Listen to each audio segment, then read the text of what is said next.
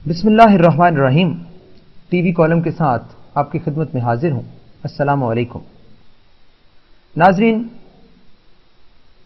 مجھے اس بات کا شدید احساس ہے کہ میرے سننے والے یہ چاہتے ہیں کہ وہ میری بات کو سمجھ سکیں، اور مجھے اس چیز کا بھی شدید احساس ہے کہ میں اپنی بات سمجھا پاؤں آپ کو۔ لفظوں کا وار نہیں کرنا چاہتا، تو بہت چستی نہیں دکھانا چاہتا، نہ یہ خواہش ہے کہ مجھے آپ لوگ بہت پسند کریں۔ بس یہ خواہش ہے کہ حقیقت جو میں نے پرسیو کی ہے اور جس کو میں حقیقت سمجھتا ہوں وہ آپ کی خدمت میں پیش کروں، اور وہ حقیقت منوان آپ تک پہنچ جائے۔ میں کو کردار کا بہت بڑا آدمی نہیں ہوں۔ میں یہ باتیں اس لیے بھی کر رہا ہوں کہ کیونکہ یہ پروگرام آپ میرے ساتھ سنتے ہیں، T V column with doctor Abrar Umar, تو ایک بات جو بہت غلط فہمی ہمارے درمیان کریٹ کر سکتی ہے وہ یہ ہے کہ میں عملاً بہت اچھا انسان ہوں اور میری باتیں سننی چاہیے۔ ایسا نہیں ہے۔ مجھے جو ذمہ داری کا احساس ہوا ہے وہ یہ ہوا ہے کہ میں شاید اچھی باتوں کو جو کہ موجود ہیں اور جن کو میں نے بھی ڈسکور کیا ہے اور آپ بھی ڈسکور کر لیں گے تھوڑی سی محنت کے بعد، ان باتوں کو میں آپ تک پہنچاؤں۔ اقبال کا ایک جملہ یاد آ رہا ہے کہ گفتار کا غازی میں تو بنا، کردار کا غازی بن نہ سکا۔ مجھے اس بات پہ کوئی فخر نہیں ہے، فخر ہو جاتا تو اچھی بات تھی کہ میں کردار کا غازی ہوں، ایسا کچھ نہیں ہے۔ گفتار کا بھی شاید میں غازی نہیں ہوں، کیونکہ اقبال نے یہ بات تو اپنے بارے میں کہی تھی، میرے بارے میں نہیں۔ لیکن ایک بات ہے کہ جو حقائق ہیں ان کو منظر عام پر لانا بہت ضروری ہے، اور ہم سب کو، میں ہوں، آپ ہیں اور سننے والے لوگ ہیں، ہم سب کو اس چیز کو ایکسپلور کرنا چاہیے، ان باتوں کو، ان چیزوں کو جو ضروری بھی ہیں اور جو اہم بھی ہیں اور جو حقیقت بھی ہیں۔ اس میں ہم بائی لیٹرل ایفرٹ کر سکتے ہیں، آپ بھی کر سکتے ہیں، میں بھی کر سکتا ہوں۔ اس سے پہلے جو کچھ کالمز میں نے ریکارڈ کروائے اور کچھ گفتگو، اس حوالے سے مجھے بہت سارے سوالات بھی پوچھے گئے۔ جب سوالات پوچھے جاتے ہیں اور کچھ انکوزیٹو قسم کے کویسچنز اور جو کیوراسٹی ہے لوگوں کی وہ سامنے آتی ہے، تو مزید ہم بات کر سکتے ہیں اور مزید چیزوں کی گہرائی میں اتر سکتے ہیں۔ یہ ایک تمہید تھی محض یہ بتانے کے لیے کہ ہم کس بنیاد پہ آپس میں یہ مکالمہ کر رہے ہیں۔ ڈائلاگ بہت ضروری ہے، مکالمہ بہت ضروری ہے۔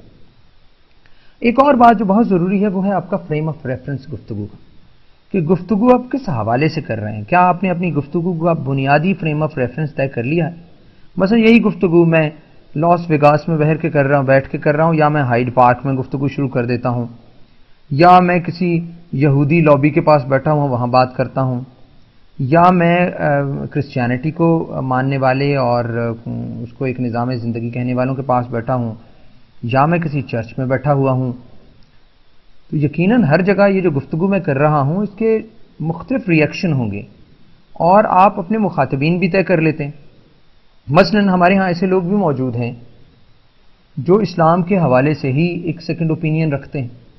تو یقیناً میں ان سے مخاطب تو نہیں ہوں۔ اگر میں ان سے مخاطب ہوں گا تو پہلے میں یہ بات ثابت کرنے کی کوشش کر رہا ہوں کہ اسلام ایک مکمل ضابطہ حیات ہے، اور اسلام ہمارے ہر عہد کے لیے آیا، اور نبی کریم خاتم النبیین تھے، اور اس کے بعد کسی نبی کی، کسی رسول کی ضرورت نہیں رہی، اور دین مکمل ہو گیا تھا۔ اور اب یہ ہے کہ یہ جو اس سے پہلے جتنی بھی کتابیں نازل ہوئیں، الہامی کتابیں، جتنے بھی انبیاء کرام آئے، ان سب کو ایک لیول پہ ریزلٹ کر دیا گیا، اور ایونچولی پیغام کو ختم کر دیا گیا نبی کریم صلی اللہ علیہ وآلہ وسلم کی آمد کے ساتھ، خطبہ حجۃ الوداع اور نبی کا آخری خطاب، اور اس کے بعد نبی کی رحلت، اور وہ پیغام ہم تک پہنچ گیا، اور وہ پیغام مکمل ہے، اور اب اسی پیغام کی بنیاد پہ ہماری پوچھ گچھ ہوگی، اور اسی پیغام کی بنیاد پہ ہی دنیا کو ایویلویٹ کیا جائے گا، اور اسی پیغام کی بنیاد پہ ہی ہم اپنی فکری، اپنی تحقیقی اور اپنی عملی زندگی کا احتساب کر سکتے ہیں، اور اس کو جج کر سکتے ہیں، اور اس کو انالائز کر سکتے ہیں۔ لیکن یہ تب ہوگا جب ہم پہلے یہ بات پورے تیقن کے ساتھ تسلیم کر لیں گے کہ اسلام ہی وہ آخری دین ہے، یا اسلام ہی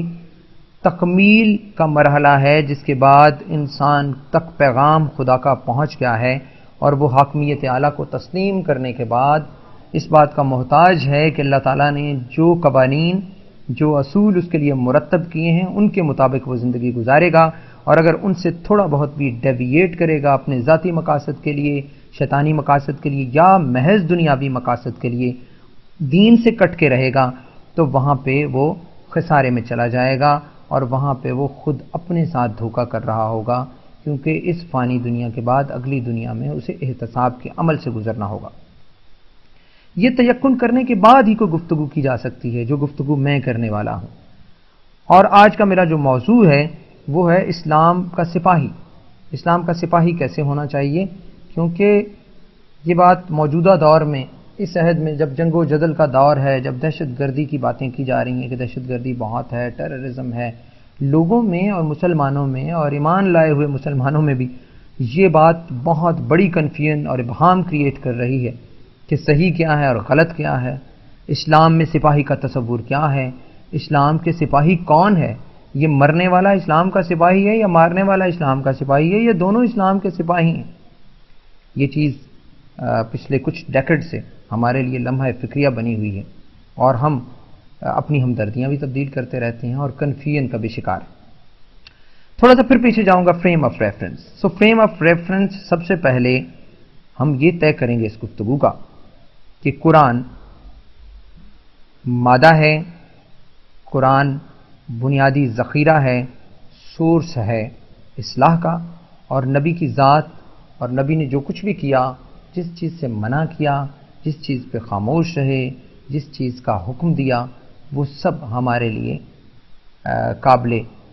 عمل باتیں ہیں، اور ان کے اتباع میں ہی ہم اچھی زندگی گزار سکتے ہیں، اور ان کو فالو کرنا ہی ہماری زندگی ہے۔ گویا کہ سنت اور اللہ تعالیٰ کا فرمان جو کہ قرآن کی صورت میں ہمارے پاس موجود ہے، یہ چیزیں، اور ان پہ ایمان سے ہی بات شروع کی جا سکتی ہے، اور پھر اس ایمان سے بھی کہ یہ چیزیں جو نازل ہوئی تھیں اور نبی کا جو رہن سہن تھا وہ صرف اس عہد کے لیے نہیں تھا، وہ آنے والے ہر عہد کے لیے تھا، اسی لیے مہر نبوت ثبت کی گئی تھی کہ آئندہ آپ کو کسی میسنجر کی سچ ضرورت نہیں ہے، میسج مکمل ہو گیا ہے، اور اب آپ نے یہ میسج لے کے تو قیامت تک کا سفر کرنا ہے، اور دنیا والوں کو اللہ تعالیٰ نے اپنا پیغام پہنچا دیا اور یہ طے کر دیا کہ میری حاکمیت ہے۔ ادروائز میں لوگوں کے نام نہیں لوں گا، بڑے بڑے ذہین و فطین لوگ ہیں، بڑے بڑے ان کو دعوے ہیں کہ ان کا بڑا مقام ہے سوسائٹی میں، لوگ بھی ان کو سلیوٹ کرتے ہیں، سلام کرتے ہیں، ان کی عظمت کو، ان کی بزرگی کو، ان کی گفتگو کو، ان کے فکر کو، ان کی فلسفیکل انٹرپریٹیشنز کو، جو وہ چیزوں کے بارے میں کرتے ہیں۔ بڑی بڑی کتابیں بھی انہوں نے لکھ رکھی ہیں۔ ایک ایسے ہی صاحب جو یہ کہتے ہیں کہ بھائی ایک ایسا ریلیجن، یہ ایک صاحب بھی ہیں اور ایک صاحبہ بھی ہیں، نام نہیں لیتے، کبھی لے بھی لیں گے،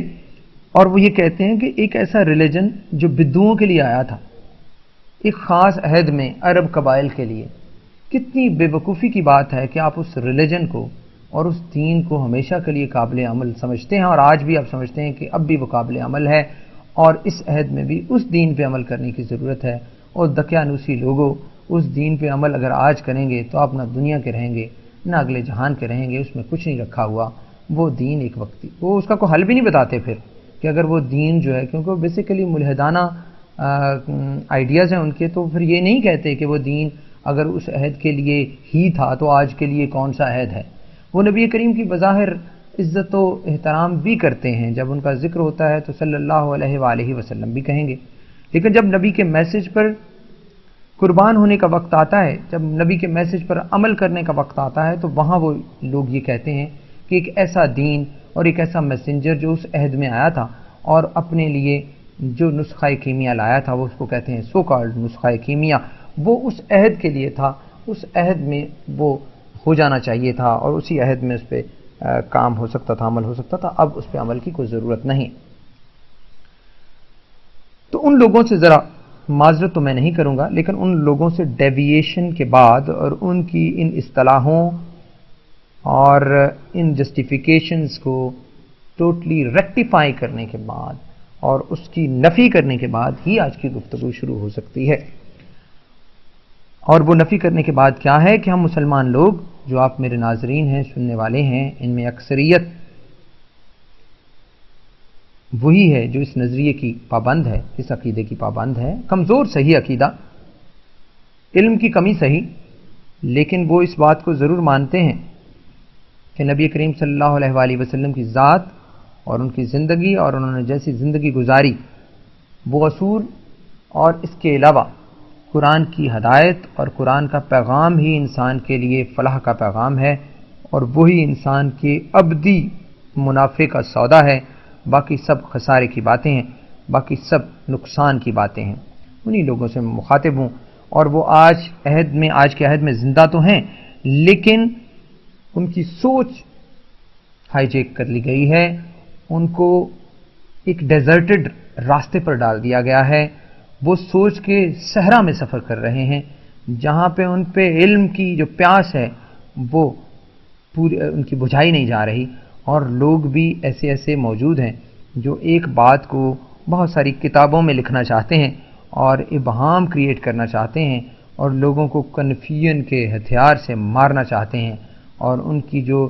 استعداد ہے چیزوں کو سمجھنے والی اس کو بھی امپوٹنٹ کرنا چاہتے ہیں، اس کو بھی وہ ختم کرنا چاہتے ہیں، مار دینا چاہتے ہیں ان کے تجسس کو جو کہ انہیں حقیقت کی طرف لے کے چلے۔ تو ان لوگوں کو وائلیٹ کرنے کے لیے، ان لوگوں کو کاؤنٹر کرنے کے لیے، ان لوگوں کو جواب دینے کے لیے اور ان کے اثرات کو مندمل کرنے کے لیے یہ کوشش ہے جو میں کر رہا ہوں یا میرے کچھ اور اصحاب اور ساتھی کر رہے ہیں، اور ہر کوئی کسی خاص پارٹی، کسی خاص جماعت یا کسی خاص سطحی قسم کی سوچ کے ساتھ ملوث اس کا حصہ نہیں ہے، بلکہ یہ کہنا چاہیے کہ ہم تو اس پیغام کو جو نبی کا پیغام ہے، جس کو ہم خود انتہائی شرمندگی کے ساتھ محسوس کرتے ہیں کہ ہم تک پہنچا اور ہم نے کتنی بے عملی کا مظاہرہ کیا ہے اور کتنی بے رخی پائی جاتی ہے ہمارے اندر کہ ہم محبت کا اظہار تو کرتے ہیں لیکن عمل نہیں کرتے، وہ جو شرمندگی ہے اور جس کی وجہ سے اپنے گریبان میں 1000 دفعہ جھانکنے کی ضرورت پڑتی ہے، اسی شرمندگی کے ساتھ یہ پروگرام کی ابتدا بھی کی گئی ہے، اور اسی شرمندگی میں ڈوبے ہوئے شخص کی یہ باتیں ہیں جو وہ آپ کے ساتھ شیئر کرنا چاہتا ہے۔ تو آج ہم بات کریں گے اسلام میں سپاہی کا تصور۔ سپاہی کو آپ سولجر کہہ لیجئے، سپاہی کو آپ یونیفارمڈ سپاہی کہہ لیجئے، سپاہی پولیس کا ہو یا فوج کا ہو، سپاہی کسی متحرک جماعت کا ہو سکتا ہے، سپاہی میں ہوں، سپاہی آپ ہیں، ہم سب،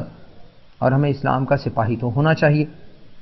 یہ تصور تھوڑا سا الیبوریٹ کرنے کی ضرورت ہے تاکہ ہمیں یہ بھی پتہ چل جائے کہ آج کا سپاہی اور اسلام کا سپاہی کیا ایک ہیں، اور اسلام کے سپاہی کی جو ڈیفینیشنز ہیں، جو اس کا پروٹوکول ہے، جو اس کی پروفائل ہے، جو اس کے ڈوز اور ڈونٹس ہیں، جو اس کے چیکس اینڈ بیلنسز ہیں، جو اس کی شکل و شباہت ہے،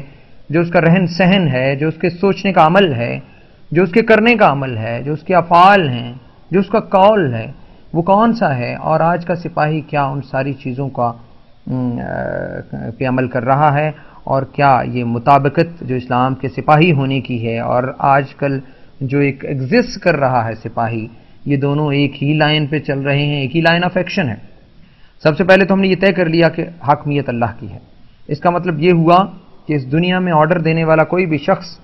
اور حکم دینے والا کوئی بھی شخص اگر بنیادی طور پہ اس حکم سے عاری ہے، اس حکم کا باغی ہے، اس حکم سے وائلیٹ کرتا ہے جو اللہ تعالیٰ نے حکم دیا ہے، جو قرآن کا حکم ہے اور جو نبی کریم صلی اللہ علیہ وآلہ وسلم کا حکم ہے، تو پھر اس کی حیثیت بے معنی ہو جاتی ہے۔ وہ کوئی سپہ سالار ہو، وہ کسی دستے کا انچارج ہو، وہ کسی شہر کا حکمران ہو، وہ کسی ملک کا پریزیڈنٹ ہو، وہ پرائم منسٹر ہو، یا وہ سیکرٹری ہو یا جوائنٹ سیکرٹری ہو، وہ کچھ بھی ہو،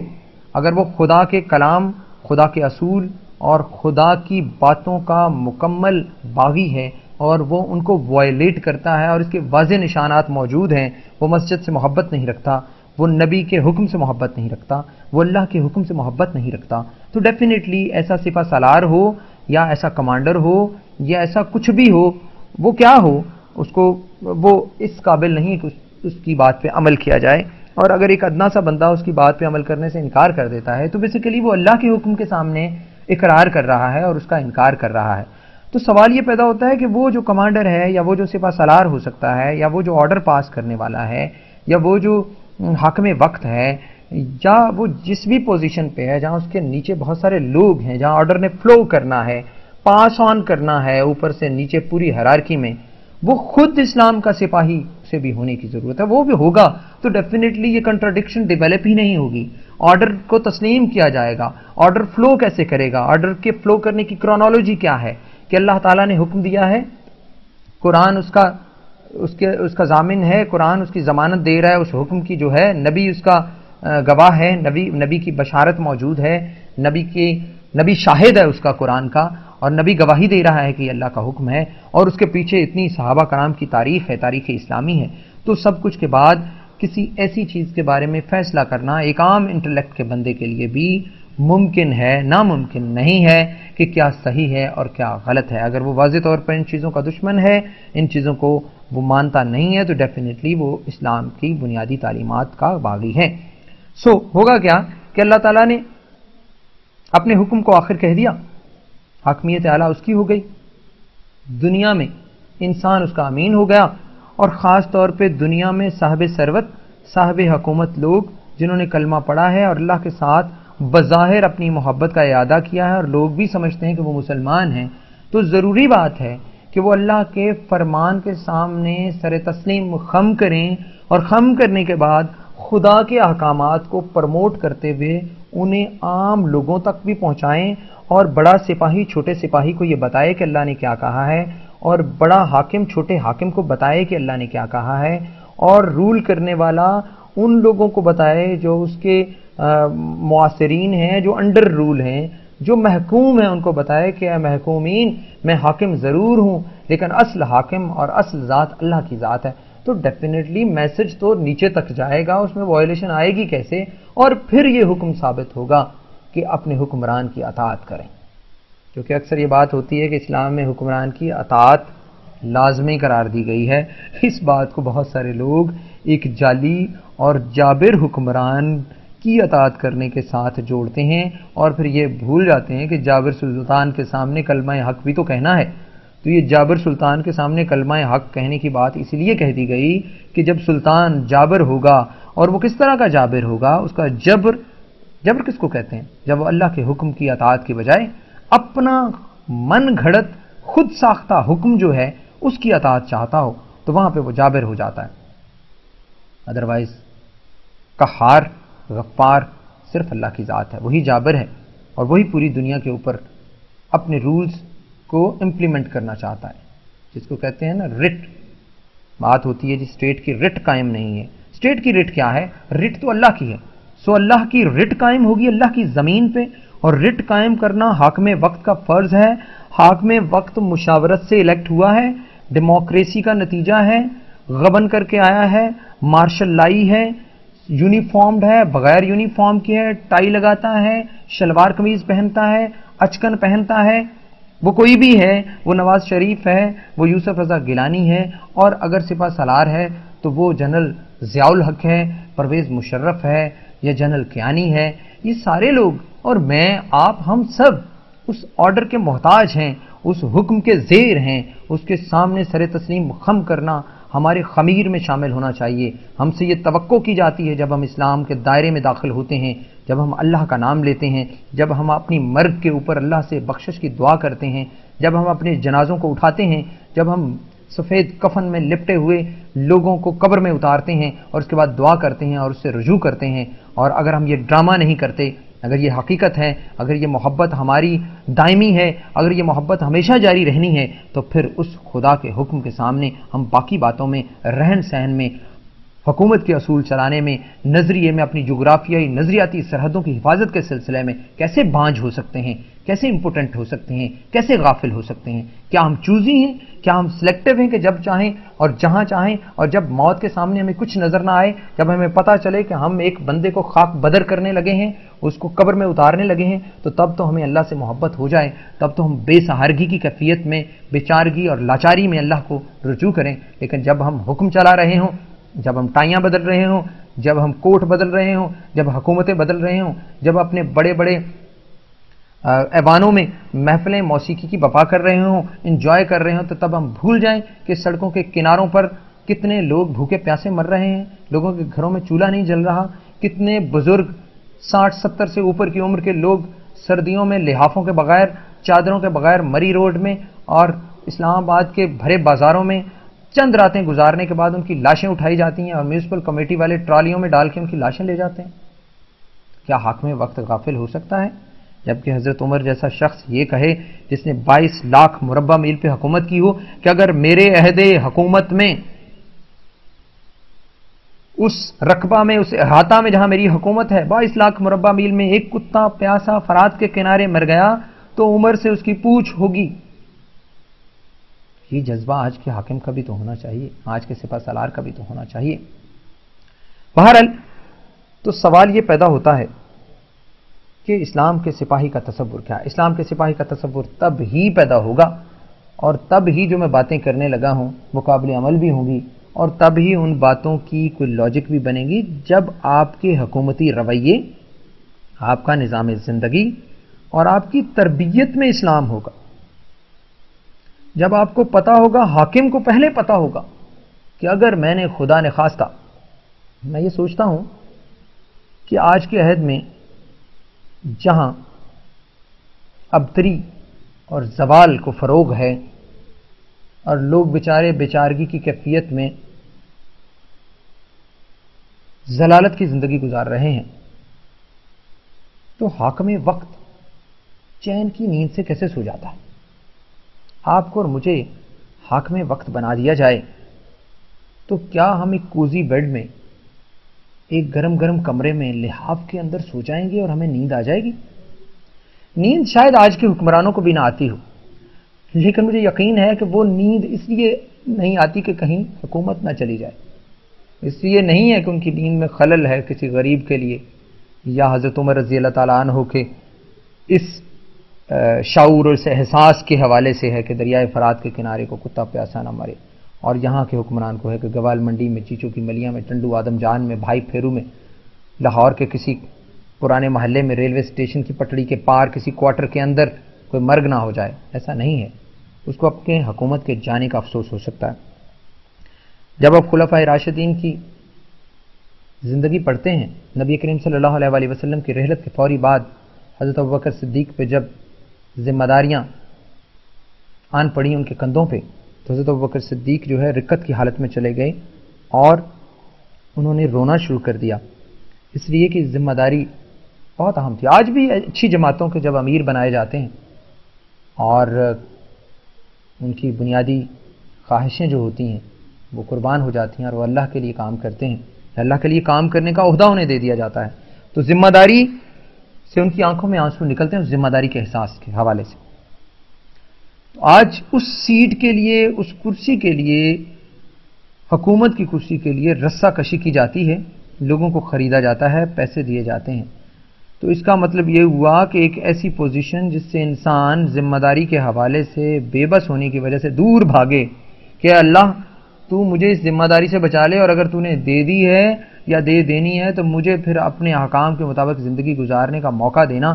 اور میری رہنمائی فرمانا اور مجھے شیطان سے بچانا اور مجھے ذاتی منفعت اور ذاتی مفادات سے باہر نکالنا۔ جیسے حضرت عمر رضی اللہ تعالیٰ عنہ ایک چادر بھی روادار نہیں تھے لینے کے، جیسے حضرت عمر رضی اللہ تعالیٰ عنہ ایک قاضی کو اپنی آمد پہ اس کے کھڑے ہو جانے سے بھی غصے میں تھے اور خائف تھے کہ کہیں نظام محمد کو کوئی آنچ نہ آ جائے کہ قاضی میرے احترام میں کھڑا ہو گیا ہے، جبکہ میں ملزم کی حیثیت سے یہاں پہ آیا ہوں، میرے خلاف چارج شیٹ آئی ہے، مجھے انصاف میرے جو دوسرا کاؤنٹر پارٹ ہے اس کو ملنا ہے، اور میں اس وقت خلیفہ وقت پہ ہوں اور قاضی میرے لیے کھڑا ہو گیا ہے۔ تو وہاں پہ یہ بات حضرت عمر کو بے چینی میں ڈال دیتی ہے، اور عمر رضی اللہ تعالیٰ عنہ جیسے لوگ جو ہیں وہ اس قاضی کو کہتے ہیں کہ تو انصاف نہیں کر سکتا، تو حقدار نہیں ہے اس سیٹ کا۔